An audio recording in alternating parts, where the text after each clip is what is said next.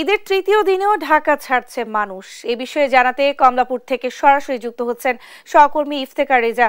ইফতেখার, রেলপথে যাত্রীর ভিড় কেমন দেখছেন আর বিস্তারিত জানাবেন আমাদের।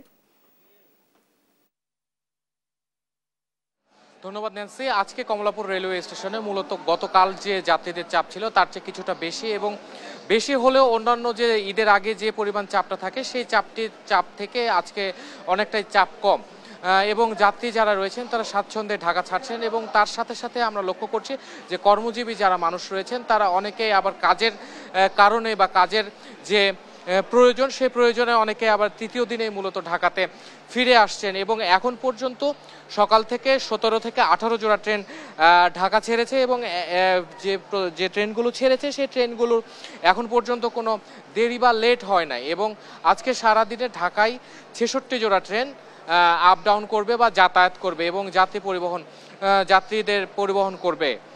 এবং আমি আপনাকে জানিয়ে রাখতে চাই যে কমিউটার যে ট্রেনগুলো রয়েছে সেই ট্রেনগুলোতেও যাত্রীদের চাপ সবচেয়ে বেশি। ঢাকার আশেপাশের যে যাত্রীগুলো রয়েছেন সেই যাত্রীরা মূলত এই কমিউটার ট্রেনগুলোতে যাতায়াত করছেন। এবং কমিউটার ট্রেনে যে 4 জন যাত্রী যদি টিকিট চেয়ে থাকেন সেখানে কমিউটার ট্রেনগুলোতে দেওয়া হচ্ছে 3 জন যাত্রীর সিট এবং একটি করে স্ট্যান্ডিং টিকিট দেওয়া হচ্ছে। তো এই কারণগুলো জানতে চাইলে যে টিকিট বিক্রেতা রয়েছেন সেই টিকিট বিক্রেতা মূলত জানাচ্ছেন যে যাত্রীদের অতিরিক্ত চাপ থাকবার কারণে যাত্রীরা যাতে করে কম বেশি সবাই বসে যেতে পারেন সেই কারণে মূলত এভাবে একটি দুটি টিকিট হাতে রেখে স্ট্যান্ডিং টিকিট দিয়ে সিট দেওয়া হচ্ছে মূলত।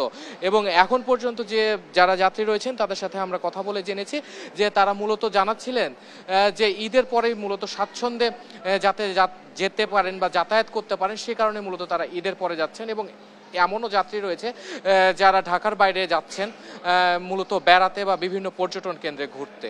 তো এই ছিল কমলাপুর রেলওয়ে স্টেশন থেকে সর্বশেষ তথ্য। ন্যান্সি। ইফতেখার, আপনাকে ধন্যবাদ। দর্শক, কমলাপুর রেল স্টেশন থেকে আমাদের সঙ্গে যুক্ত ছিলেন সহকর্মী ইফতেখার রেজা।